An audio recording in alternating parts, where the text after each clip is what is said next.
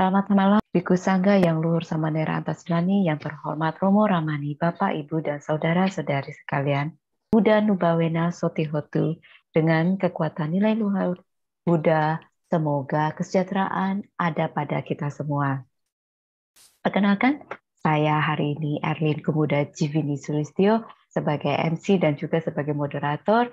Sungguh berbahagia sekali kita dapat kembali bertemu dalam acara Sebulan Pendalaman Dhamma pada malam hari ini, di mana malam hari ini bertemakan bisakah kita mencapai kebahagiaan yang akan dibawakan oleh Romo Frankie Supriyanto. Acara ini diselenggarakan oleh Dhamma Kaca Online dengan KBTI, Presiden Besuki secara live di Zoom dan channel YouTube. Agar acara ini dapat berlangsung tertib dan hikmat, kami mohon kepada partisipan yang hadir di dalam Zoom ini untuk dapat memute-kan sementara waktu dan mengaktifkan kameranya selama dalam acara sedang berlangsung. Kita akan mulai dengan membacakan parita, dengan membacakan nama Karapata sebagai awal untuk membuka acara kita pada malam. Mari kita bersama-sama menyanyikan lagu Kami Datang Bersujud.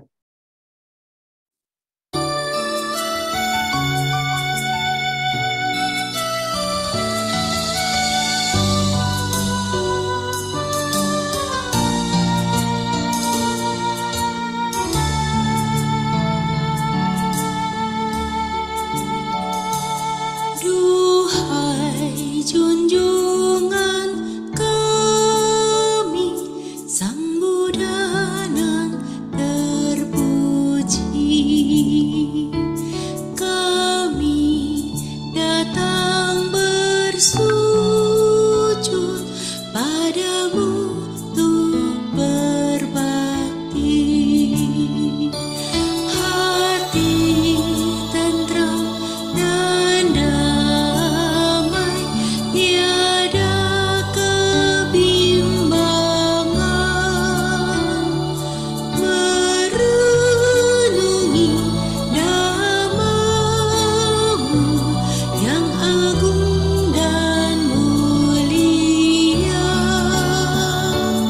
menghayati Dhamma-Mu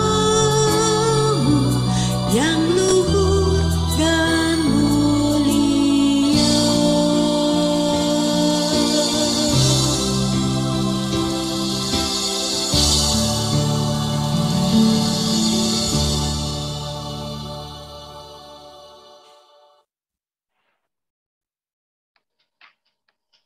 Arahang Samma Sambuddho Bhagava Buddhang Bhagawantang Abhiwademi.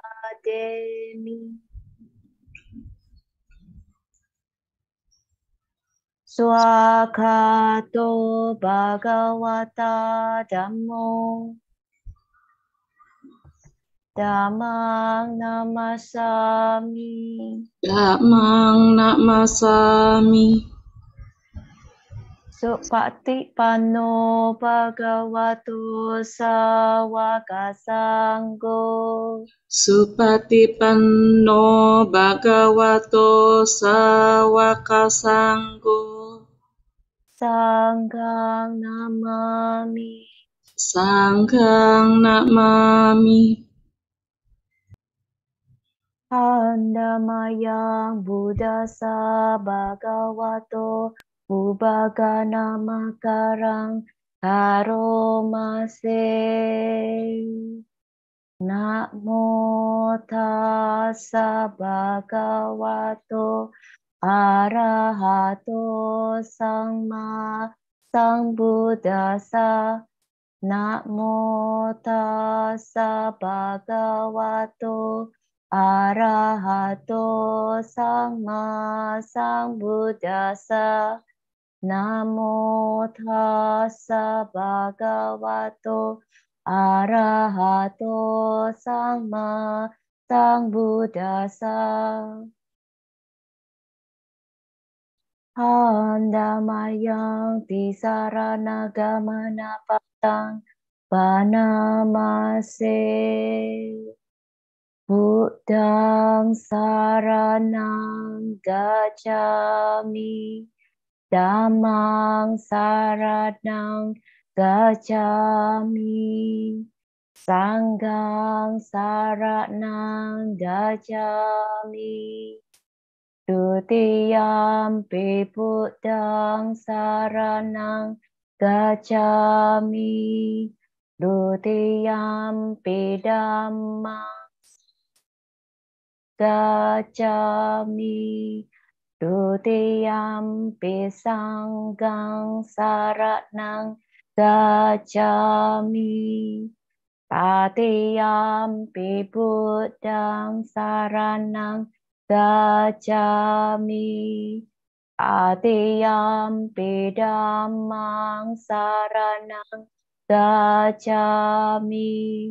Tatiyampi Sanghang saranang gacchami. Handamayang pancasika pada patang panamase. Panatipata weramani sikkhapadang samadhiyami. Adinna dana weramani sikkhapadang samadhiyami. Ame sumicacara weramani sikkhapadang samadhiyami. Musawada weramani sikkhapadang samadhiyami. Surameraya maja pamadatana weramani sikkhapadang samadhiyami. Selanjutnya pembacaan Dhammapada yang akan dibawakan oleh Ramani Lince. Kami persilakan kepada Ramani Lince. Baik, terima kasih. Dhammapada Sukhavagga bab 15 syair 197. Susukhang wataci wama perine su awe rinu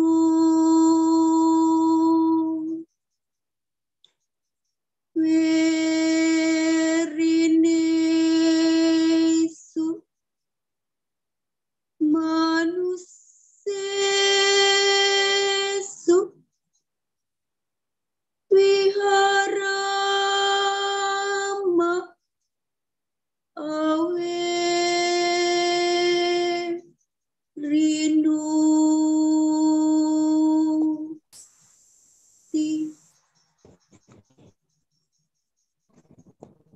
Sungguh bahagia jika kita hidup tanpa membenci di antara orang-orang yang membenci, di antara orang-orang yang membenci. Kita hidup tanpa membenci. Sadu, sadu, sadu. Sekarang kini tiba saatnya yang kita tunggu-tunggu. Kita mendengarkan sesi Dhamasa Kaca yang akan dibawakan oleh Romo Franky Supriyanto. Tema Bisakah Kita Mencapai Bahagia. Sebelum saya memulai Dhamasa Kaca malam hari ini, saya akan membacakan sedikit profil beliau yang akan ditampilkan di layar. Ya, beliau mempunyai pendidikan dan pengalaman yang sangat luar biasa dan mempunyai buku yang dapat dilihat di dalam slide ini, yang dapat dilihat secara langsung, yang menurut saya sangat luar biasa. Tanpa berlama-lama lagi, kita akan langsung saja kita berikan langsung kepada narasumber kami untuk membabarkan Dhamasa Kaca kita pada malam hari dengan durasi waktu 45 menit ya Romo. Silakan Romo. Baik, sebelumnya Sukiyoto, Namo Buddhaya. Ya, ini saya minta maaf dulu karena wajah saya agak berbeda ya dari foto. Nah, tapi tidak masalah. Yang penting apa yang kita sampaikan pada malam hari ini, ya, yaitu Dhamasa Kaca yang menjadi jadwal rutin setiap Waisak. Ya. Dan terima kasih kesempatan yang telah diberikan malam hari ini. Anda semua bisa bertemu di Zoom ini, di media ini. Ya, jadi kesempatan ini kita berbicara mengenai apakah kita bisa bahagia. Karena memang banyak orang yang mau bahagia, termasuk saya, Anda, dan semuanya. Terus bagaimana tanggapan ya diri kita mengenai bahagia ini? Karena setiap orang pasti memiliki perspektif yang berbeda mengenai bahagia. Ada yang mengatakan kalau sudah banyak materi bahagia, kalau sudah punya anak bahagia, kalau sudah punya mobil bahagia, kalau sehat bahagia, gitu ya. Jadi banyak sekali. Nah, maka tadi Dhammapada yang dibacakan ya, mengenai kebahagiaan ya di antara orang-orang yang membenci tetapi tidak membenci. Nah, ini juga salah satu modal kita bisa mempraktekkan Buddha Dhamma. Nah, tadi dalam Dhammapada dikatakan susukang wata jiwama werinesu awerino. Werinesu manusesu viharama awerino. Bahwa sungguh bahagia jika kita hidup tanpa membenci di antara orang-orang yang membenci. Di antara orang-orang yang membenci, kita tidak membenci. Nah, ini bagaimana aplikasinya dalam kehidupan kita? Mudah, gampang, atau sulit dalam prakteknya. Ada orang mengatakan kalau ngomong gampang, tapi prakteknya susah. Ya, nah, tapi kita harus buktikan apa yang sudah disampaikan, dibabarkan oleh Guru Agung Buddha, supaya kehidupan kita betul-betul tidak ada beban, tidak ada penderitaan yang berlarut berlebihan, dan tentu kebahagiaan ada di dalam batin kita. Nah, jadi saudara, ketika kita bicara bahagia, ya, di dalam Dhammapada juga dikatakan bahwa bertemu dengan para Arya adalah baik. Tinggal bersama mereka merupakan sebuah kebahagiaan. Orang akan selalu berbahagia bila tidak menjumpai orang bodoh. Jadi ketika kita bertemu dengan orang-orang baik, orang-orang yang bermoral baik, berperilaku baik, itu sebuah kebahagiaan dalam Dhamma. Ya, kenapa kita harus berbuat baik? Kita harus berdana, kita harus mengunjungi para pertapa. Itu adalah sebab dari kebahagiaan itu sendiri. Ada dua kebahagiaan. Yang pertama adalah cetasika suka dan kayika suka. Ya, cetasika suka itu adalah kebahagiaan batin. Senang, ya, hati kita itu gembira, senang, bahagia ketika bertemu dengan orang-orang baik. Sedangkan jasmani bahagia ketika beli sepatu baru, ya ini mau Waisak, beli baju baru misalnya. Nah, ada yang mengatakan, nah nggak penting baju baru, sepatu baru nggak penting. Yang penting adalah perilaku yang baru, itu yang harus dikembangkan setiap Waisak. Nah, jadi hal-hal itulah yang harus kita pahami. Maka teman-teman semuanya, memang setiap orang ingin bahagia, ya, hidup tenang, tentram, damai, ya, sejahtera. Dan sebagian orang juga mengejar kebahagiaan dengan bekerja keras, ya, untuk menghimpun, menimbun materi, harta, dan lain sebagainya. Karena mereka menyangka bahwa kebahagiaan itu ada di sana. Ya, tadi sudah saya katakan, ketika memiliki harta yang berlimpah, mereka berpikir bahwa kebahagiaan itu ada di situ. Nah, jadi mereka merasa mendapatkan kebahagiaan. Ya, tapi banyak orang-orang kaya ternyata mereka tidak bahagia. Ya, mereka punya uang miliaran, triliunan, tapi tidak bahagia. Kehidupannya malah semakin banyak masalah dan lain sebagainya. Nah, ada juga yang mengejar jabatan, tahta, ya, karena mereka juga berpikir bahwa kebahagiaan itu ada di sana. Ya, bagaimana mereka itu mau bahagia ketika perspektif bahagia saja keliru, gitu ya. Nah, ternyata orang yang punya jabatan, tahta, segala-galanya, banyak yang tidak bahagia, bahkan malah masuk penjara. Ini berarti tidak ada kebahagiaan di sana. Ya, mereka malah terus bertemu dengan permasalahan-permasalahan yang semakin larut, semakin mencekam di situ. Makanya banyak orang yang sudah memiliki tahta, memiliki jabatan, memiliki segalanya, malah semakin masuk ke dalam permasalahan itu. Nah, jadi banyak cara, beragam cara, ya, orang lakukan untuk merebut kekuasaan, merebut jabatan, untuk mendapatkan kebahagiaan. Karena mereka merasa bahwa kebahagiaan itu di sana. Ya. Jadi kalau misalnya ada kebahagiaan yang dijual di sebuah toko, mungkin udah rebutan. Tokonya pun mungkin langsung laris itu. Ya.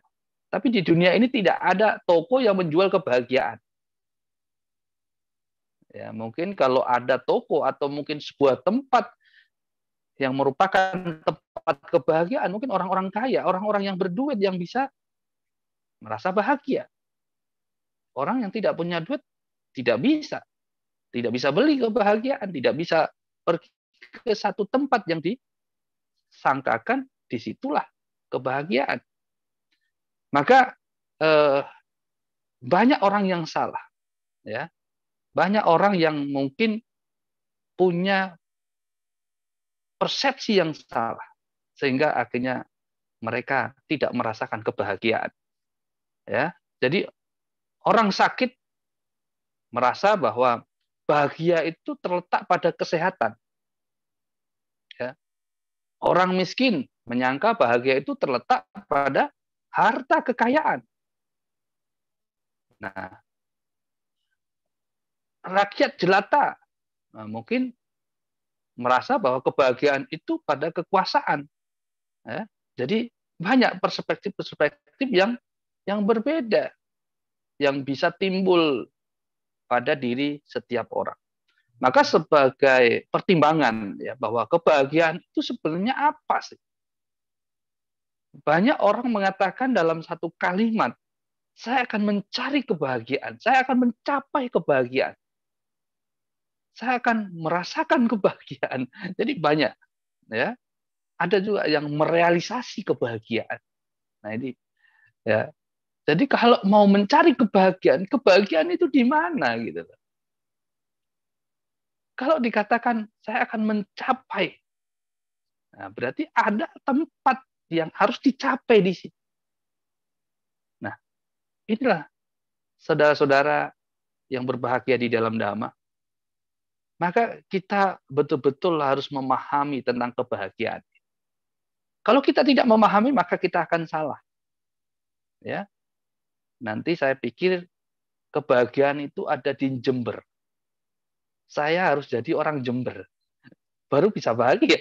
Ya, nah, tapi kebahagiaan itu sebenarnya tidak jauh dari dalam diri kita.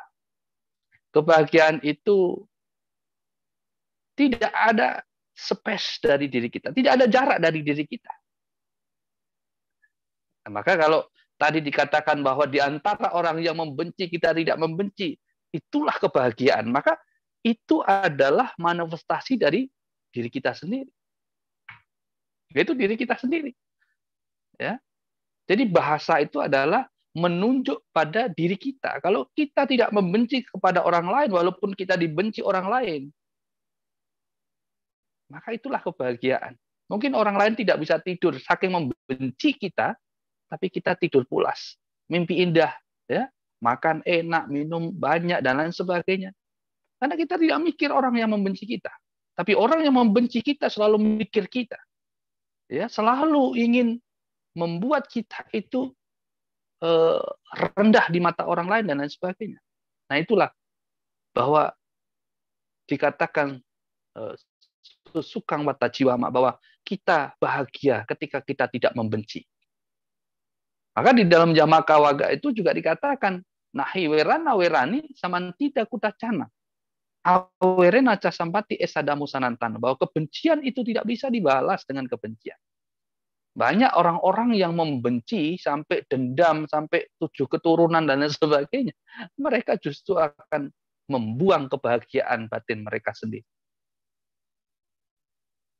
Maka saudara-saudara yang berbahagia, kita bertemu dengan Dhamma ini adalah sesuatu yang membahagiakan, sesuatu yang bermanfaat dalam kehidupan kita hari ini. Maka kita diajarkan ini, ya, supaya kita tahu bahwa apa sih yang menjadi tujuan hidup kita. Untuk apa? Ya. Kalau orang mengatakan ada kebahagiaan yang luar biasa, para Arya mengatakan ada kebahagiaan yang luar biasa, apakah kita sanggup mencapainya? Apakah kita sanggup merealisasikannya? Atau hanya sebagai angan-angan saja? Ya. Karena apa? Karena kadang-kadang kita merasa, oh, kita kan manusia biasa. Ketika mungkin disenggol orang, dicela orang, difitnah orang, kita masih marah besar. Kita masih membalasnya dengan kata-kata yang kasar dan lain sebagainya. Nah, ini kadang-kadang kita tidak bisa memanage batin kita, hati kita. Maka saudara-saudara yang berbahagia, dari kebahagiaan batin dengan kebahagiaan jasmani itu pasti berbeda. Para Arya menemukan kebahagiaan batin dengan berlatih. Ya, mereka tidak mencela lagi karena itu bukan kewajibannya. Para Arya tidak pernah mencela. Para Arya tidak pernah memfitnah. Para Arya pun tidak pernah menyakiti makhluk lain. Ya, jadi kalau kita ingin mengikuti langkah-langkah suci mereka, maka kita juga akan mengikuti juga. Mana bisa? Kita kan manusia biasa, kita hidup di masyarakat kita. Nah, ini kadang-kadang menjadi alasan yang berat. Ya, jadi kalau kita masih banyak alasan bahwa kita nggak bisa, karena kita pasti akan bersentuhan dengan yang lain, kita akan berinteraksi dengan yang lain. Kalau kita bisa, justru itulah pelajaran yang luar biasa bagi kita. Nah, maka kebahagiaan itu ada di situ. Nah, jadi mereka senantiasa mengejar, ya, mencari kebahagiaan di luar sana tanpa merasa puas dan menetap dalam suatu keadaan. Jadi mencari. Karena nanti dianggap bahwa orang itu yang menghalangi saya untuk mencari kebahagiaan, maka orang itu menjadi sasaran kemarahan, emosi, dan lain sebagainya. Kalau kita mungkin merasa bahwa kebahagiaan itu ada di sofa yang empuk, ketika mungkin anak kita mengganggu kita, atau mungkin tetangga kita mengganggu kita, suami istri mengganggu kita, kita nggak bisa menerima keadaan itu. Dan justru akan menimbulkan kemarahan, kebencian, dan sakit hati. Nah, itu timbulnya permasalahan-permasalahan seperti itu. Maka kebahagiaan itu sanditiko. Jadi tidak jauh dari diri kita. Kebahagiaan itu ada di dalam diri kita. Maka kita tidak perlu harus mencari. Kita hanya mengasah, ya, melatih supaya kebahagiaan itu muncul. Kebahagiaan itu betul-betul yang tadinya hanya samar-samar, akhirnya menjadi jelas. Ya. Maka orang yang bertemu dengan Dhamma adalah orang yang bahagia. Ya. Jadi itu adalah sesuatu yang benar-benar terjadi. Dan saya merasakan itu. Ya, ketika saya belajar Dhamma dari mulai nol, karena pada saat itu saya tidak mengerti tentang Dhamma. Saya tidak mengerti sama sekali tentang ajaran Buddha. Saya sebagai umat Buddha itu hanya KTP, ya. Pada awal 2000-an. Saya tidak tahu sama sekali. Suruh baca parita pun saya tidak hafal. Kalah dengan emak saya. Kalah dengan tetangga saya. Nah, tetapi ada hal yang mendorong saya. Saya ingin belajar, saya ingin tahu tentang Dhamma. Saya tidak tahu kalau mungkin sampai hari ini saya tidak mengenal Dhamma. Saya juga tidak tahu hidup saya. Kalau saya tidak bertemu dengan Dhamma, tidak mempelajari Dhamma, saya juga tidak tahu apakah hidup saya sampai hari ini atau tidak. Ya. Karena pada saat itu, ya namanya remaja, ya sukanya ke sana ke sini, ya. Jadi tanpa arah. Ada orang ke barat ikut ke barat, orang ke timur ikut ke timur, ke selatan ikut ke selatan. Pokoknya ya karena menganggap ya mungkin itu kebahagiaan begitu. Nah, jadi ajaran Buddha menyatakan bahwa kesejahteraan, kebahagiaan itu bukan merujuk pada sifat badani atau jasmani. Tetapi kesejahteraan, kebahagiaan itu merujuk pada keyakinan diri kita. Terhadap apa? Terhadap ajaran itu sendiri. Keyakinan kita sampai di mana? Ya.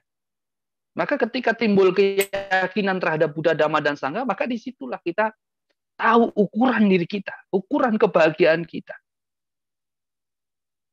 Begitu kita naik mobil saja, kalau kita tidak ingat Buddha, Dhamma, dan Sangha, kita sudah meninggalkan Buddha, Dhamma, dan Sangha. Mau naik pesawat, wah merasa bahwa naik pesawat itu enak, bahagia, maka kita lupa terhadap Buddha, Dhamma, dan Sangha. Itu berarti keyakinan kita hanya kalah dengan materi di luar diri kita. Maka setiap saat kita harus ingat Buddha, Dhamma, dan Sangha. Kemanapun kita pergi. Jadi keyakinan kita itu diuji, saudara.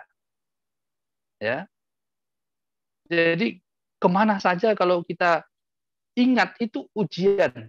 Bahwa keyakinan kita itu benar-benar ada di dalam diri kita. Bukan hanya di dalam mulut. Bukan hanya keluar mulut. Bukan hanya formalitas saja. Ya. Maka ketika keyakinan itu ada, mungkin di luar diri kita ada hal-hal yang mungkin tidak cocok dengan diri kita. Itu bukan justru menimbulkan masalah. Ya, bukan timbul kemarahan, emosi, dan lain sebagainya. Tetapi itu adalah hal yang alami terjadi. Misalnya mau marah sama anak, sama istri, sama suami misalnya. Ya. Marahnya meledak-meledak. Jadi sehingga tidak terkontrol. Makanya ketika ada Buddha, Dhamma, dan Sangha itu adalah sebagai pengendali diri kita. Ya, walaupun kita dibenci si A misalnya, ya biarin, ketemu si A, ya kita berani tersenyum nggak sama dia. Ya, kalau kita sama-sama tidak tersenyum di situ, kita sama-sama mungkin cemberut di situ tidak ada Dhamma. Tapi kalau dia cemberut kita tersenyum, ya, nah itulah membuktikan bahwa diri kita ada Dhamma. Karena kebencian tidak boleh dibalas dengan kebencian. Ya, tapi kalau kita sama-sama cemberut, berarti Dhamma nggak ada di situ. Nah, berarti tidak ada kebahagiaan di situ. Ya, jadi Dhamma itu adalah kebahagiaan. Dhamma is happiness, happiness is Dhamma. Jadi kalau kita bahagia, disitulah kebahagiaan, itulah Dhamma. Nah, makanya kalau orang mencela, membenci dan lain sebagainya, doakan dia.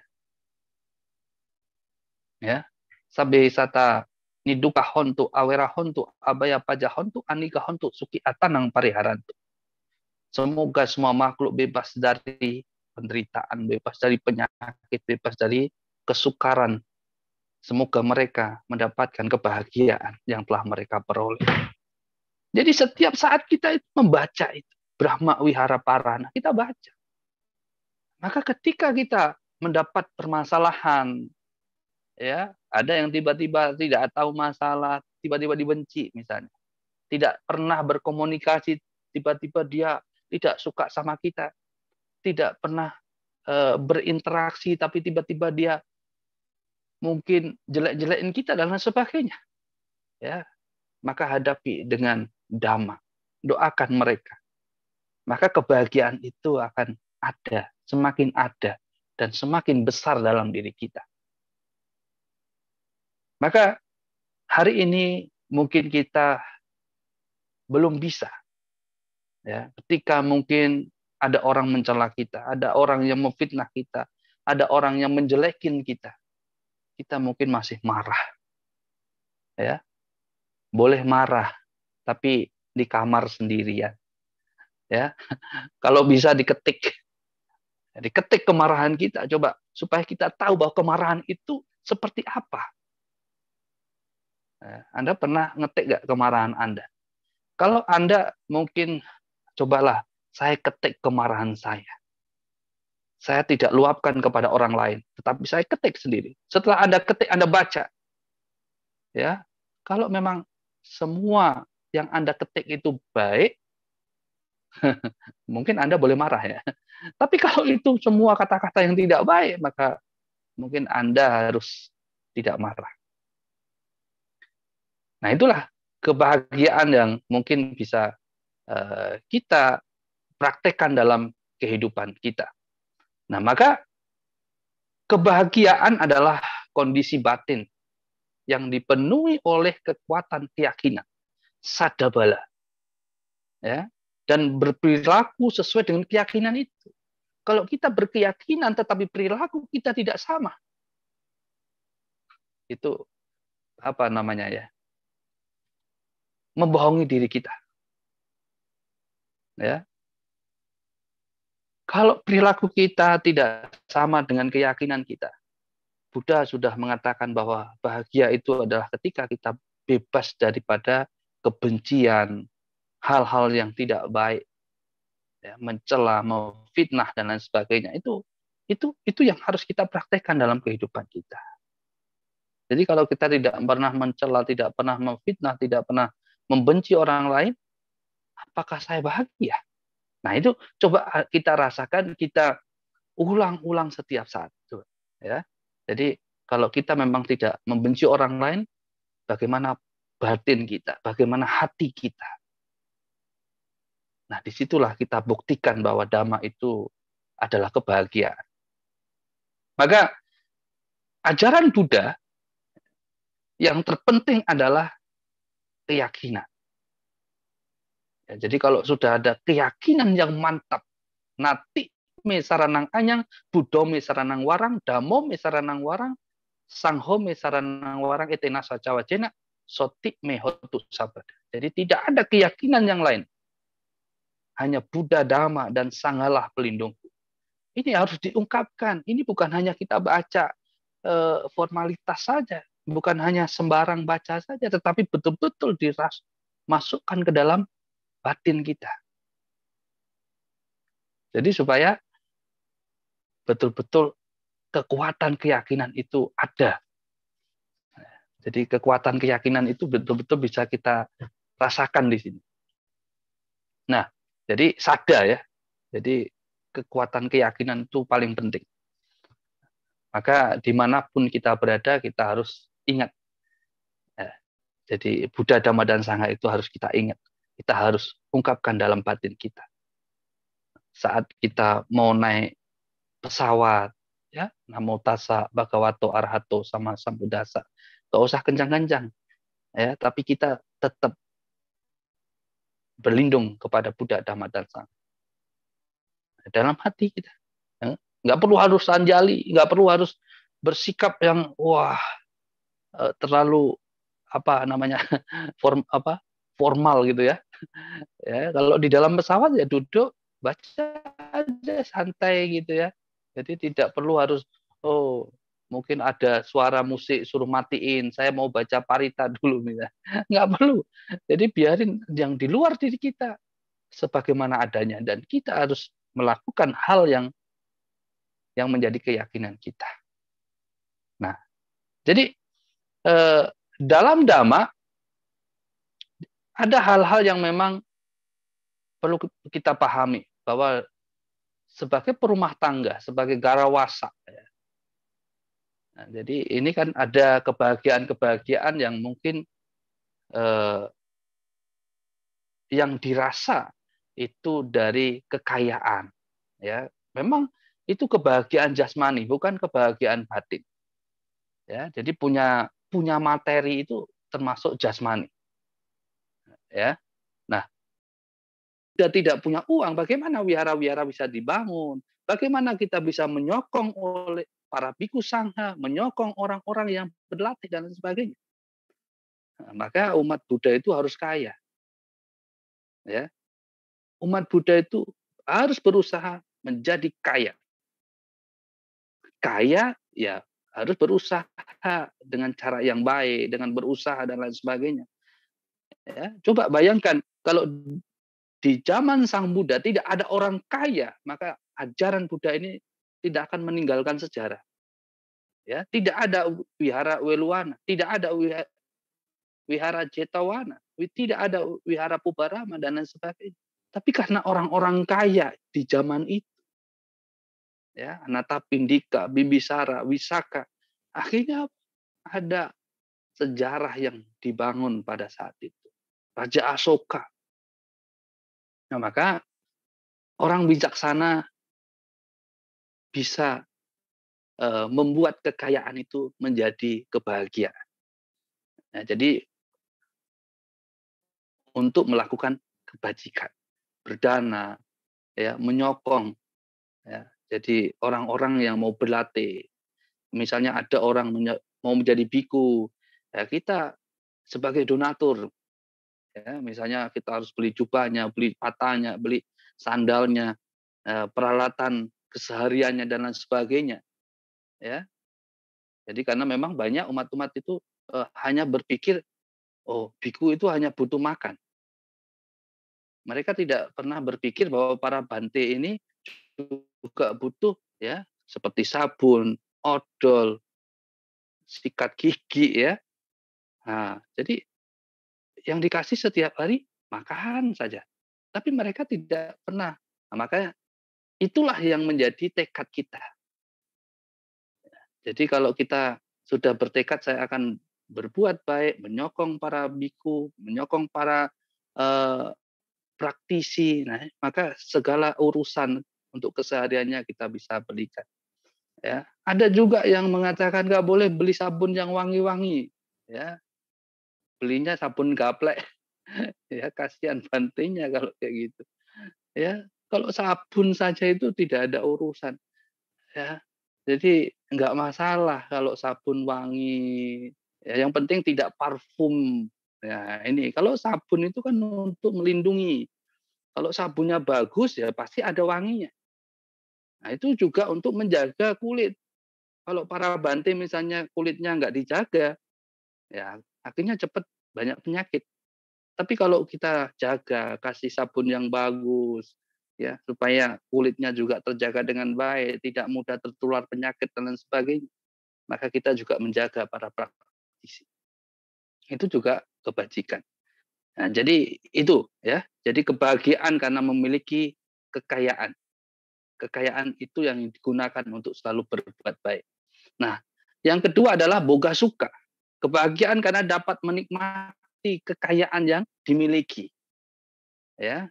Jadi selain kita membantu menyokong para biku, menyokong wihara dan lain sebagainya, kita juga harus melihat orang-orang miskin. Ya, orang-orang yang memerlukan bantuan kita. Nah, itu kita gunakan.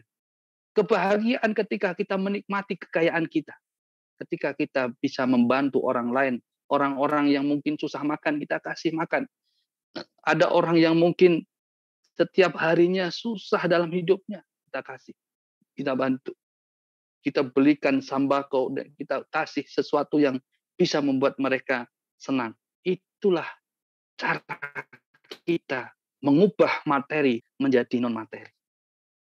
Itulah kebahagiaan. Kalau kita tidak bisa menggunakan, maka kita tidak akan menikmati kebahagiaan itu.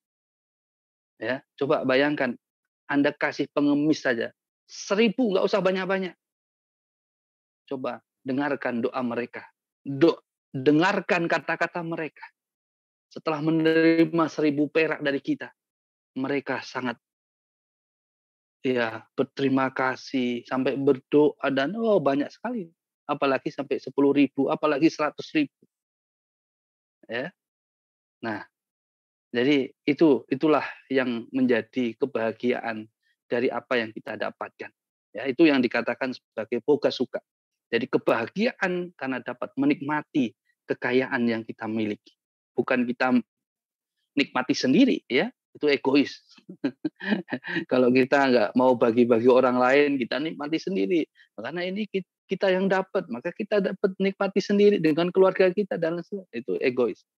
Ya, menikmati ini bukan berarti diri kita sendiri, tetapi kita melihat ketika ada orang yang kita beri, mereka bahagia, maka disitulah kebahagiaan kita. Nah, yang ketiga adalah ananas suka, yaitu kebahagiaan karena tidak memiliki hutang. Nah, siapa yang tidak punya hutang? Ya, yang tidak punya hutang, tidak mikir lagi besok ditagih orang. Ya, tapi ya kalaupun memang memiliki hutang dan memang sudah ada cadangan untuk membayarnya, ya itu pasti ya berbeda ya. Ketika memang orang itu tidak punya apa-apa tapi punya hutang, nah itu menderita sekali. Ya, sudah tahu besok akan ditagih tapi malam ini tidak punya uang untuk membayar, wah itu penderitaan yang luar biasa.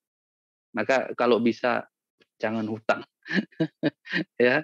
Tapi kalau misalnya ada teman yang baik, ya mungkin utang sama teman aja.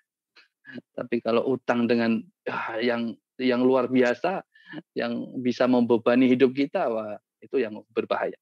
Ya, tapi kalau kita punya teman yang baik, punya kalyana mita, ya mungkin ada yang bisa meminjami kita supaya kita tidak terbebani hutang yang lebih besar lagi. Nah, yang keempat adalah ana wajah suka. Ana wajah suka ini adalah kebahagiaan karena tidak tercela. Ya, tidak tercela ini bukan berarti tidak ada orang mencela, bukan ya.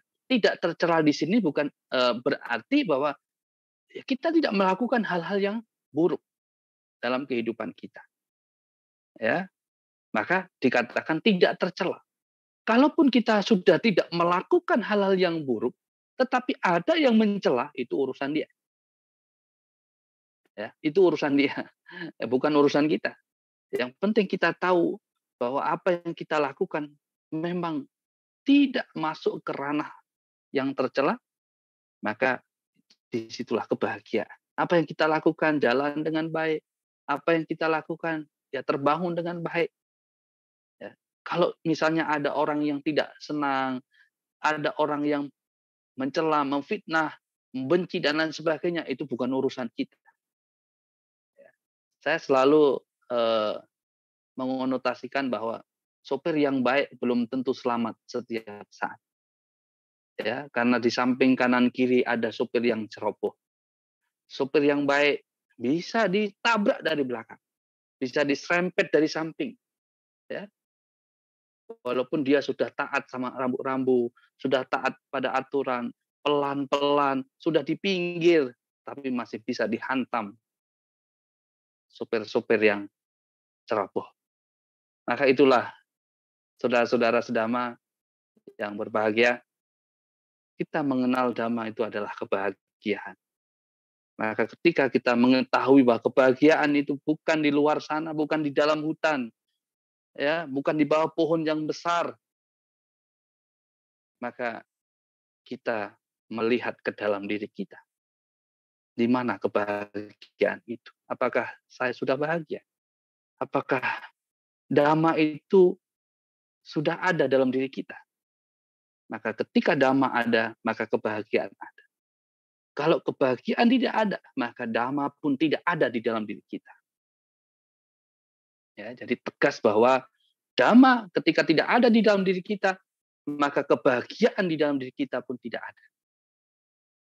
Nah, itulah bahwa dhamma harus betul-betul kita ciptakan, kita kembangkan di dalam batin kita. Sehingga kebahagiaan itu betul-betul ada untuk selama-lamanya. Dan kita akan bisa mengurai semua permasalahan hidup kita. Ya. Ada orang yang tidak suka, udahlah, tenang saja, tersenyum. Ya. Jadi kalau sudah tersenyum itu hilang semua. Ya, kadang-kadang ada teman yang memberitahu, lu lagi diceritain, digosipin sama dia loh. Ya, dengan kelompok dia loh, dengan grup dia loh. Nah, kalau dhamma itu sudah ada dalam batin, sudah ada di dalam diri, maka tidak akan merespon dengan emosional, dengan kemarahan, dengan mungkin semakin membenci orang tersebut, tetapi ya jawab yang santai saja. Ya, mungkin dia lagi kangen sama kita. Ya, kalau mereka tidak membicarakan kita, mungkin dia tidak kangen. Tapi kalau mereka sedang membicarakan kita, mereka kangen sama kita. Ya, jadi itulah cara kita merespon segala permasalahan hidup kita. Ya, kebahagiaan itu bisa dibuktikan dengan cara-cara bagaimana kita merespon permasalahan dalam kehidupan kita. Ya, jadi kalau responnya itu positif, maka kebahagiaan itu sudah semakin besar di situ. Tapi kalau responnya negatif, ya jangan-jangan dhamma yang di situ. Nah, maka itulah yang kita harus berhati-hati. Karena dalam hidup kita hanya dua jalan, dhamma atau adhamma, buruk atau baik. Ya, jadi hanya dua langkah, salah atau benar. Ya, sama diti atau mica diti, itu aja. Jadi benar atau salah. Jadi kalau tidak benar ya benar, ya. Kalau baik ya baik, kalau buruk ya buruk begitu. Jadi ini jadi dua jalur saja. Ya. Nah, kalau arah ini kan ada ke kanan, ke kiri, ke atas, ke bawah, ya, ke samping, banyak arah. Tapi kalau dhamma ini ya dua ini. Ya, jadi kalau nggak benar ya benar gitu ya. Mica diti atau sama diti. Itu ya. Jadi itu yang bisa saya sampaikan ya sebagai prolog saya. Untuk selanjutnya bisa bertanya jawab ya. Terima kasih. Namo Buddhaya. Namo Buddhaya. Terima kasih, Romo. atas tema kaca yang Ya. telah disampaikan. Saya dapat simpulkan ada 4 kebahagiaan yang ada di dalam ajaran agama Buddha, yaitu yang pertama adalah ati suka, di mana kebahagiaan yang memiliki sada, kemudian boga suka, dapat menikmati kebahagiaan yang dimiliki, bukan dalam artian kita egois gitu, menikmati dengan diri sendiri, tapi kita lebih cenderung membagi.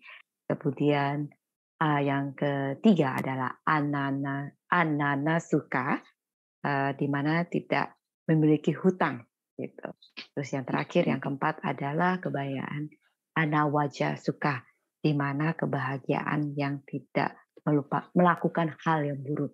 Ya, demikian ya Romo kesimpulan saya dapat dari Romo tadi. Ya. Oke, baik. Selanjutnya nampaknya sudah ada. Kami buka tanya jawab. Mungkin dari saya utamakan dulu bagi teman-teman yang berada di Zoom untuk bisa bertanya langsung, mungkin berinteraksi langsung dengan menyalakan kamera dan langsung berbicara kepada Romo Frankie. Silakan kalau memang ada.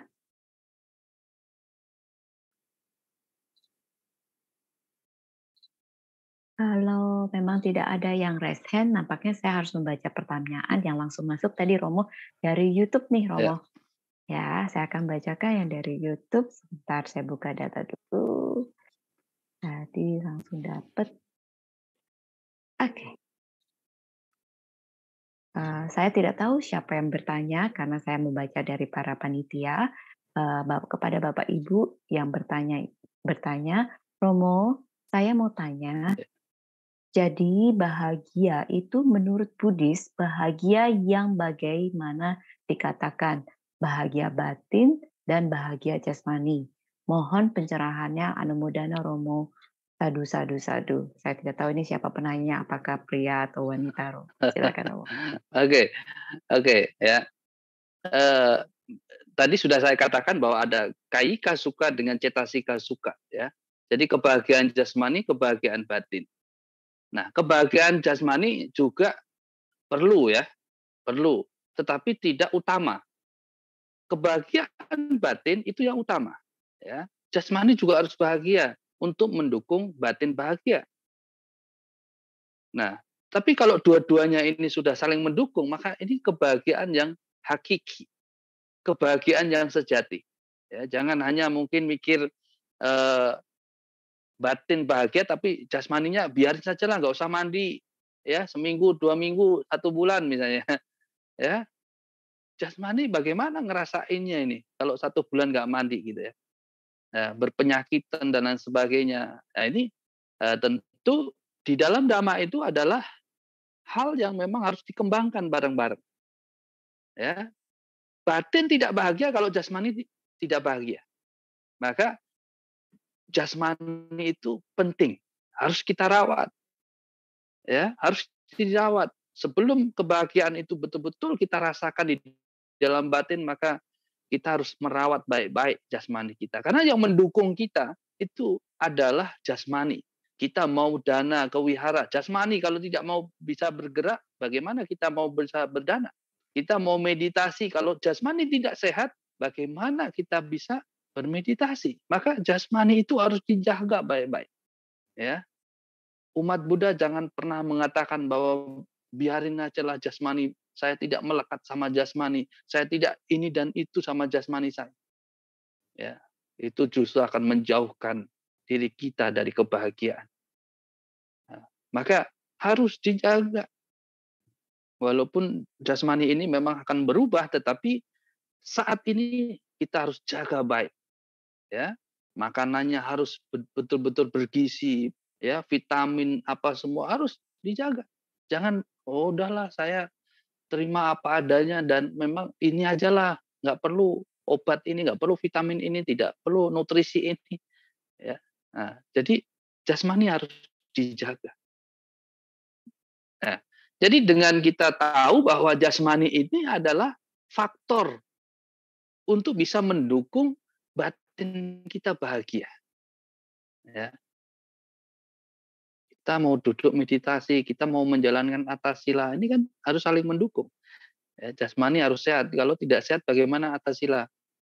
bagaimana kita akan bisa duduk lama kalau jasmaninya tidak sehat? Nah, maka dua-duanya dibutuhkan. Dua-duanya harus saling mendukung, ya, harus saling berinteraksi, harus saling bekerja sama antara jasmani dan batin.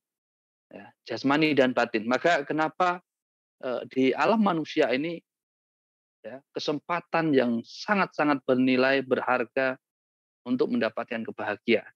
Karena kita memiliki batin dan jasmani. Nah, kalau tidak ada jasmani, ya, batin ini ya bukan ada di alam manusia, tapi di alam-alam Brahma sana, hanya batin saja. Ya, tapi karena di alam manusia kesempatan untuk bisa mencapai kesucian, ya, mencapai hal-hal yang memang ada di dalam Dhamma, maka nama dan rupa ini harus saling bersinergi. Nah, jadi ibu atau bapak yang bertanya bahwa di dalam Dhamma, batin dan jasmani itu adalah saling bersinergi. Walaupun berbeda, nama dan rupa ini berbeda. Ya, nama Dhamma dengan rupa Dhamma ini berbeda. Ketika orang yang sudah meninggal, maka rupa Dhamma dengan nama Dhamma akhirnya berpisah. Tapi sebelum meninggal, sebelum mengalami kematian, maka nama dan rupa ini saling menyatu. Untuk apa? Untuk mengungkap kebahagiaan, untuk mengembangkan kebahagiaan di dalam diri kita. Ya, kalau salah langkah bukan kebahagiaan, tapi untuk mengembangkan penderitaan. Ya, maka hati-hati. Kalau salah langkah, maka penderitaan yang berkembang, ya, keburukan yang berkembang, kejelekan, kejahatan yang berkembang, bukan kebahagiaan.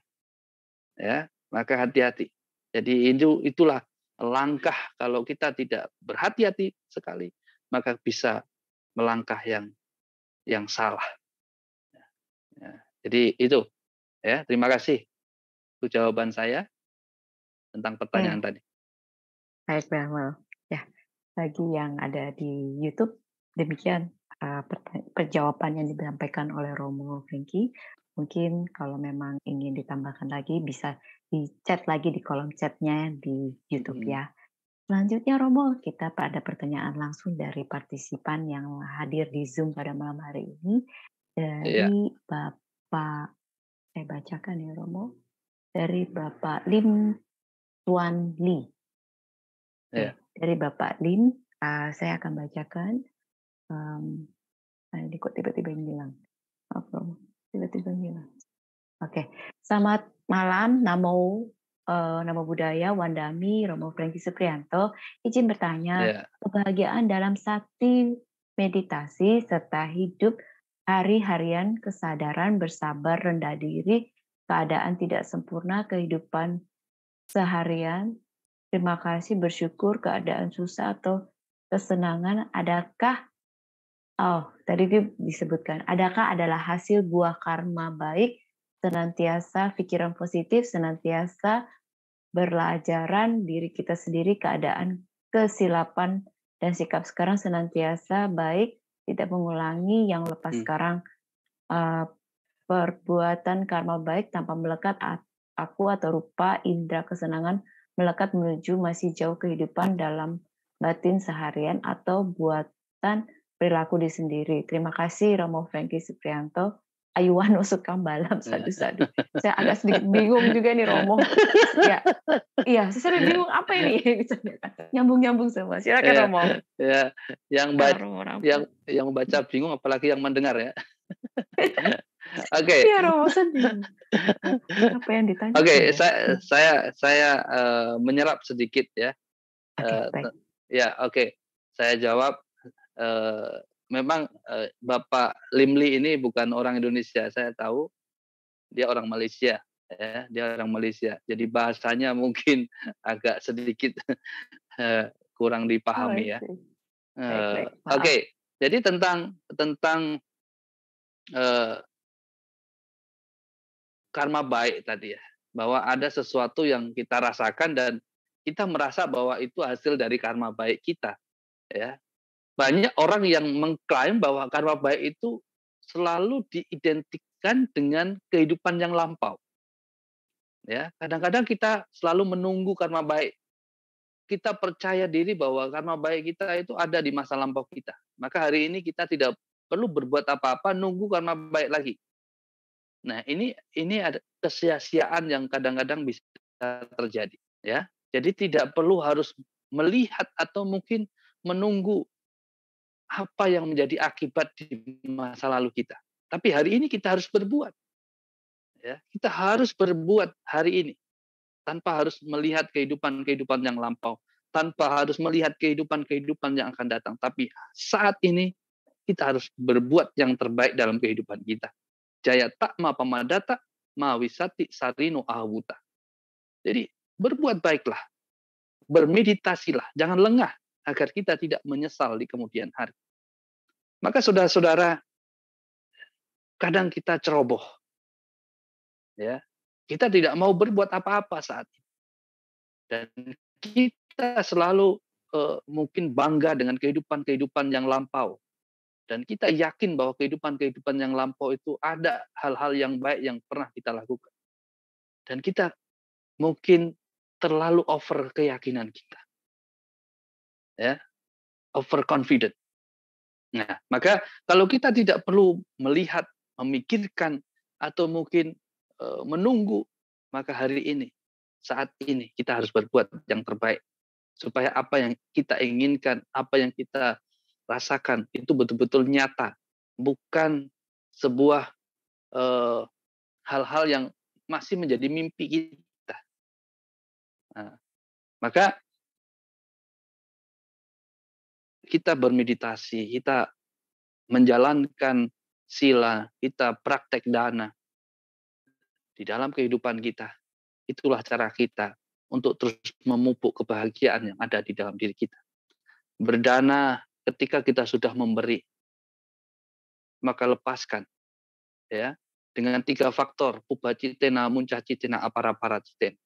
Bahagia sebelum memberi, bahagia saat memberi, dan bahagia setelah memberi. Kalau 3 faktor itu kita gunakan dengan baik, maka apa yang kita berikan lepas, ikhlas, tulus, tidak mikir lagi apa yang kita berikan kepada siapapun di dunia ini. Ketika kita menjalankan sila, jalankan, bebaskan pikiran kita, bebaskan ucapan kita, bebaskan perbuatan kita dari hal-hal yang buruk, dari hal-hal yang tidak baik, dari kejahatan dan lain sebagainya. Maka itulah yang membuat kebahagiaan semakin berkembang dalam diri kita. Kita bertekad supaya pikiran kita menjadi baik. Kita bertekad supaya ucapan kita menjadi baik. Kita bertekad supaya perbuatan kita menjadi baik. Itulah cara kita terus mengembangkan kebahagiaan. Bahagia di dalam batin, bahagia di dalam jasmani. Ketika kita duduk meditasi, ya, kita melihat ke dalam, kita melihat keluar masuknya napas, kita amati keluar masuknya napas, kebahagiaan kita muncul. Kita mensyukuri apa yang kita lakukan saat ini. Jangan melihat keluar, jangan melihat siapa mereka. Ya, kalau misalnya kita duduk meditasi, ada orang berteriak, ada orang yang bersuara, ada motor yang lewat dan lain sebagainya, biarkan saja. Ada kerbau yang lewat pun biarkan saja. Ya, nggak usah diurus. Kita hanya mengurus saat kita duduk meditasi. Nah, jadi kita duduk meditasi, itulah cara kita mensyukuri apa yang kita dapatkan saat itu.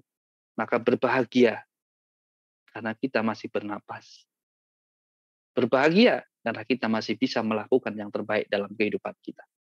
Ya, jadi jangan hanya berpikir hasil karma baik, tetapi berbuatlah baik dan kita menumbuh kembangkan karma baik itu sendiri saat ini.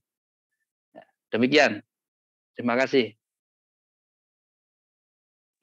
Terima kasih kepada penanya kita. Selanjutnya Romo dari partisipan yang hadir pada malam hari ini dari Saudara Heri. Nama budaya Romo, ada 2 pertanyaan ini. Saya izin bertanya. Yang pertama, Bisakah Ya. kita bahagia ketika tidak tahu berterima kasih? Itu yang pertama, Romo. Yang kedua, bisakah kita bahagia di alam manusia, dewa, brahmana, dan nibbana? Dan bagaimana caranya? Terima kasih, Romo. Oke. Yang pertama adalah tidak tahu terima kasih. Apakah kita bahagia? Ya. Jadi kalau kita tahu terima kasih, ya kita harus mengucapkan terima kasih. Ya. Jadi orang yang tahu terima kasih itu orang yang bahagia. Ya. Maka pubak kari katanyu kata wedita. Jadi orang yang tahu berterima kasih atas jasa-jasa orang yang pernah melakukan kebaikan kepada kita, itulah kebahagiaan kita. Ya. Jadi pubakari. Jadi orang yang berbuat baik sama kita, orang yang berbuat jasa sama kita. Katanyu kata wedita, itu adalah cara kita membalas mereka. Itu cara kita berterima kasih. Sang Buddha sudah mengajarkan itu. Itu jangan sampai dilupakan. Ya. Kalau misalnya ada orang yang tidak bisa berterima kasih misalnya, kayaknya nggak mungkin ya. Pasti semua orang bisa. Ya. Kecuali mereka berkumpul dengan orang-orang yang tidak bijaksana. Ya. Jadi kalau mereka berkumpul dengan orang-orang yang tak bijaksana, maka bisa juga. Mereka tidak akan bisa mengucapkan terima kasih. Dia tidak bisa akan membalas jasa-jasa orang lain. Mereka tidak akan tahu jasa orang lain yang pernah mereka lakukan kepada kita. Ya. Tapi kalau mereka berkumpul dengan orang-orang bijaksana, orang-orang yang pintar, orang-orang yang baik, saya yakin mereka akan mampu mengucapkan terima kasih. Karena itu yang diajarkan oleh Guru Agung. Cara kita untuk mengungkapkan rasa terima kasih kepada mereka yang sudah berbuat jasa kepada kita. Ya, jadi ucapkan terima kasih. Itu bukan ucapan yang sangat berat, bukan ucapan yang mungkin sangat mahal, tetapi itu adalah sebuah ungkapan yang menunjukkan jati diri kita, bahwa kita mengenal Dhamma atau tidak. Jadi itu bisa dikatakan secara serius bahwa orang yang mengenal Dhamma pasti akan mengetahui katanyu kata wedita, akan mampu berterima kasih kepada mereka yang melakukan jasa kepada kita, apalagi kepada ibu dan ayah kita, ya, mama papa kita. Itu harus kita ungkapkan itu. Nah, ya, jadi orang yang tidak tahu terima kasih, maka itu sudah menutup ya sebagian kebahagiaan itu sendiri. Ya, jadi bukan semua tertutup, bukan, tapi sebagian, ya, sebagian besar maksudnya, sebagian besar ketutup. Ya, karena pasti itu ada hal yang memang tertanam, entah itu tidak suka atau mungkin muncul kebencian atau muncul hal-hal yang memang menutup rasa terima kasih itu terhadap mereka. Ya, tapi kalau memang tidak ada kebencian, tidak ada hal-hal yang memang tidak baik, ya why not? Kita mengucapkan terima kasih kepada orang-orang yang telah berjasa dalam kehidupan kita. Yang kedua, apakah bisa bahagia di alam manusia? Bisa. Ya. Sang Buddha sebagai contohnya, sebagai manusia agung yang telah bahagia di alam manusia, bahagia yang luar biasa. Ya. Dan bukan hanya Sang Buddha, murid-muridnya Sawaka-Sawaka Buddha juga sudah memberikan bukti nyata bahwa mereka pun bisa bahagia di alam manusia. Nah, ya. Jadi mereka merealisasi arhata maka dan pala, anagami maka dan pala, sagadagami maka dan pala, sotapana maka dan pala. Itu semua adalah bukti bahwa mereka adalah orang-orang yang bahagia. Orang-orang yang terbebas dari penderitaan. Ya. Nah, jadi kalau sudah sotapana, itu sudah orang-orang itu sudah tidak terjerumus ke alam-alam rendah lagi. Maka kebahagiaan itu sudah pasti ada. Ya. Nah, itu di alam manusia. Ya, Sang Buddha dengan para sawakanya sudah membuktikan. Dan banyak para garawasa juga sudah banyak membuktikan. Yang sudah mencapai Sotapanna, Sakadagami. Itu juga banyak. Ya, para perumah tangga, garawasa, itu sudah banyak juga membuktikan. Di alam manusia ini bisa merasakan kebahagiaan yang luar biasa. Di alam surga, di alam dewa, ya, di alam dewa itu kebahagiaan saja di sana. Bahagia setiap hari. Senang setiap hari. Ya. Di sana tidak ada kebahagiaan, tidak ada penderitaan, senang aja. Ya, jadi di alam-alam sugati itu hanya senang saja, bahagia. Tapi kebahagiaan ini tidak selamanya. Mereka akan berproses lagi. Ya, jadi mereka akan mati dan lahir lagi di alam manusia. Jadi kebahagiaan mereka terbatas. Jadi berbeda ketika orang mencapai Sotapanna, Sakadagami, Anagami, Arahat. Jadi kebahagiaannya tidak terbatas. Sudah bahagia terus itu. Tinggal berapa kali kelahiran, sudah selesai. Ya. Kebahagiaan di alam Brahma juga terbatas. Ada batasannya. Mereka juga akan terlahir kembali. Ya. Nah, itu ya. Jadi ada batasnya. Walaupun dia di sana bahagia, tapi ada batas. Nibbana. Kenapa dikatakan Nibbanang Paramang Sukang? Bahwa Nibbana itu adalah kebahagiaan yang tertinggi. Ya. Itulah kebahagiaan yang tertinggi. Tidak ada yang bisa menyamai Nibbana lagi. Maka orang yang merealisasi Nibbana, ketika pancakandanya masih ada, maka orang tersebut sudah menikmati sa-upadisesa Nibbana. Ya, jadi sa-upadisesa Nibbana ini adalah mereka yang menikmati kebahagiaan Nibbana, tetapi pancakandanya masih. Jadi mereka masih hidup. Ya, ini seperti ketika Siddhartha mencapai sama Sang Buddha, mencapai sama Sambodhi di bawah pohon Bodhi di usia ke-35 tahun pada tahun 588 sebelum Masehi sampai beliau parinibbana, itulah beliau menikmati sa-upadisesa Nibbana. Ya. Jadi sampai umur 80 tahun, tepatnya di tahun 543 sebelum Masehi, itu beliau menikmati kebahagiaan Nibbana yang disebut sa-upadisesa Nibbana.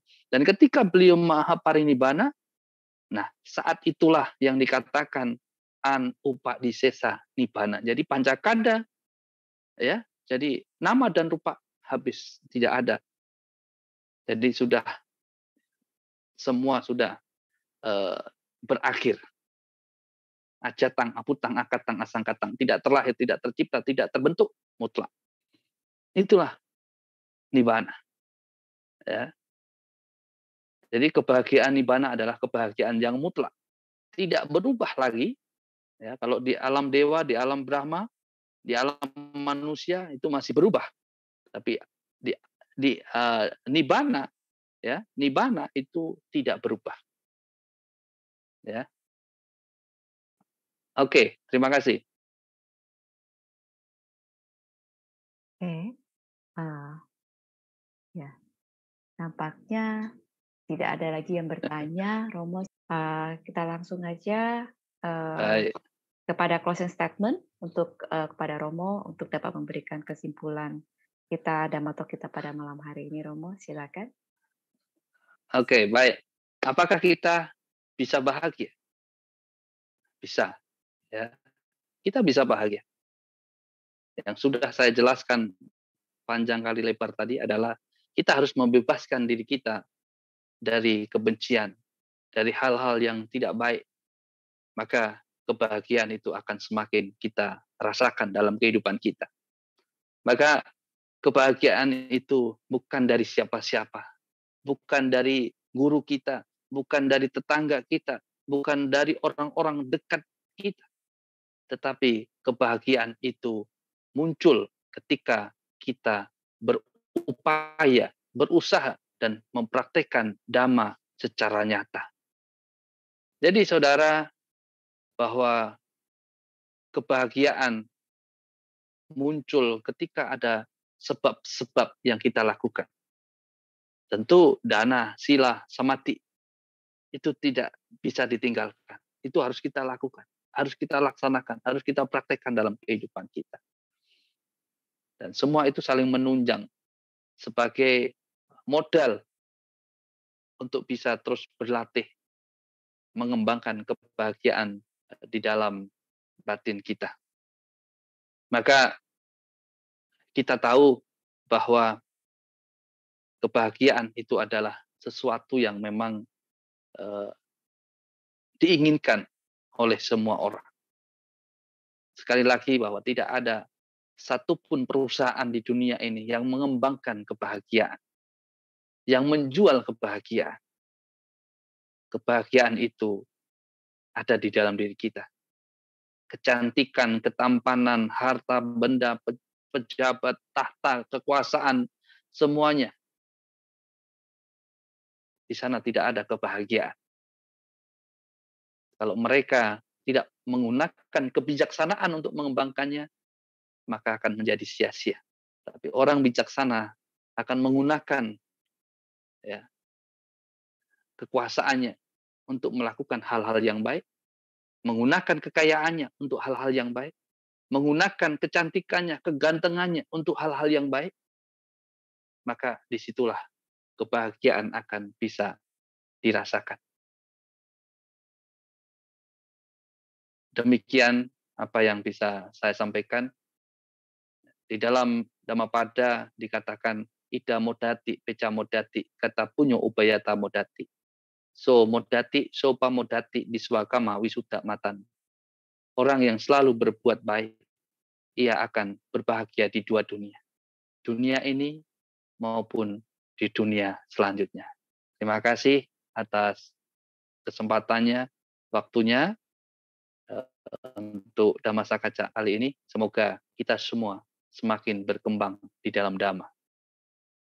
Sotyotu Namo Buddhaya. Sadu, sadu, sadu. Sadu, sadu. Ya. Demikianlah closing statement yang disampaikan oleh Romo Frankie. Semoga dapat kita serapi dan kita praktikkan untuk kehidupan kita sehari-hari. Selanjutnya adalah penyerahan sertifikat yang akan diberikan oleh Ramani Ratna kepada Romo Frankie. Silakan Ramani Ratna. Ya. Sebagai wujud apresiasi pada Romo Frankie yang telah memberikan Dhamma Talk yang luar biasa pada malam hari ini, panitia ingin menyerahkan sertifikat penghargaan. Mohon dapat diterima oleh Romo. Ya, terima kasih. Ya. Selanjutnya, marilah kita melimpahkan jasa kebajikan yang telah kita perbuat hingga malam hari ini dengan membacakan Parita Patidana yang akan dipimpin oleh Romo Frankie. Kepada Romo, kami silakan. Ya, mari kita sama-sama untuk membacakan Parita Pelimpahan Jasa atas apa yang kita lakukan pada kesempatan malam hari ini kepada sanak keluarga kita, leluhur kita, orang tua kita, dan semua makhluk. Semoga mereka turut berbahagia. Hendak mayang pati danang gatayo karumase punya sitani katasa yananyani katani me te sanca bagino hontu satananta pamanaka yepiya guna wantaca mayang mata pita dayo ditame capia ditawa anye maja tawerino sata titanti lokaseming te puma jatuyonika pance kaca tuwokara sang saranta bawa bawe nyatang ye pati daname anumodantu te sayang ye cimang napa jananti dewa te sang niwedayung mak yadinana punyanang anumodana hetuna sabe satta sadahontu awera suka ciwino kema padanca papontu te sasa sijatang subha. Satu, satu, satu.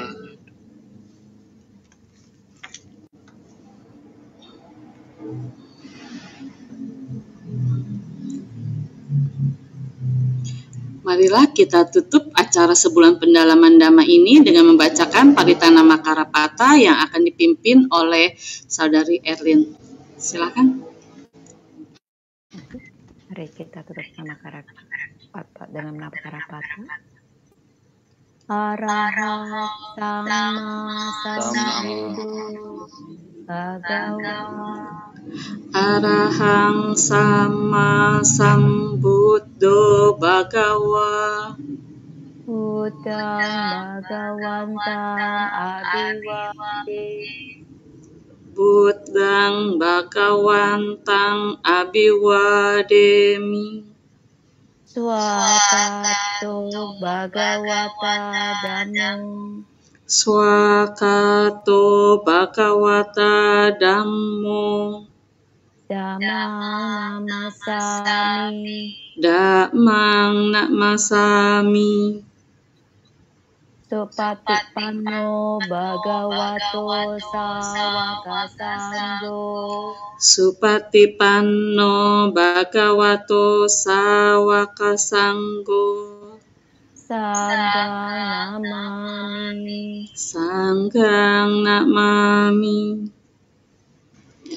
Setelah memanjatkan parita suci dan mendengarkan uraian Dhamma, kami juga membuka kesempatan bagi Bapak, Ibu, Saudara-saudari sedama semua untuk melakukan kebajikan lainnya, yaitu dengan berdana untuk menyokong perkembangan Buddha Dhamma. Donasi Dhamma Sakaca online bisa ditransfer ke BCA, Yayasan Surya Dhamma Indonesia Jaya, atau ke Yayasan Dhamma Meta.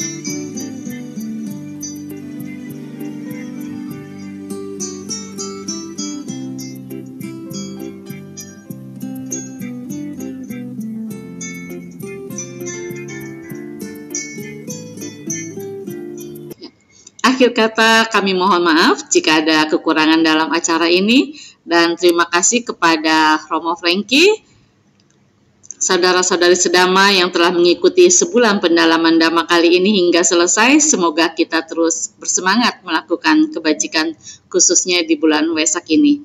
Saya Ratna Rukmana, pamit, Sotihotu, selamat malam, selamat beristirahat.